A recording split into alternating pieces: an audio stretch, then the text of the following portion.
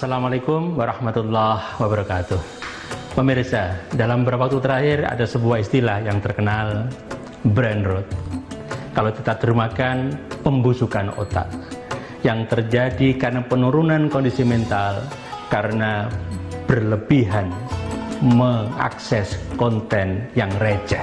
Ramadan bisa kita jadikan momentum untuk menata kembali diri kita supaya puasa kita tidak hanya menahan lapar dan dahaga, tapi juga menjauhkan diri dari aktivitas yang tidak berguna. Salah satunya adalah puasa konten negatif.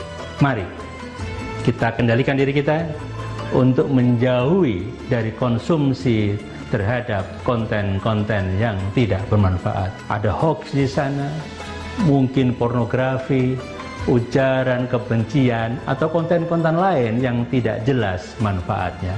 Kita bisa gunakan hari-hari Ramadan selain memperbanyak ibadah kepada Allah, membaca Al-Quran, juga bisa meningkatkan kualitas diri dengan memanfaatkan teknologi informasi, mengakses konten-konten yang bermanfaat. Ada banyak yang bisa kita lihat di sana.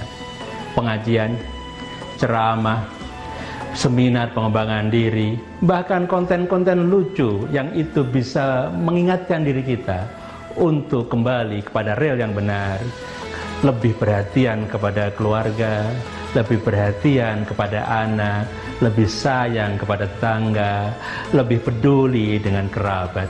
Masih banyak lagi.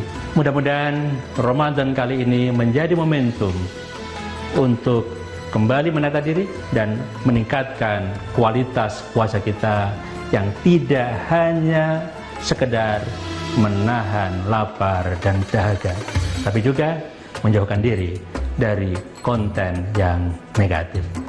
Wassalamualaikum warahmatullahi wabarakatuh. Acara ini dipersembahkan oleh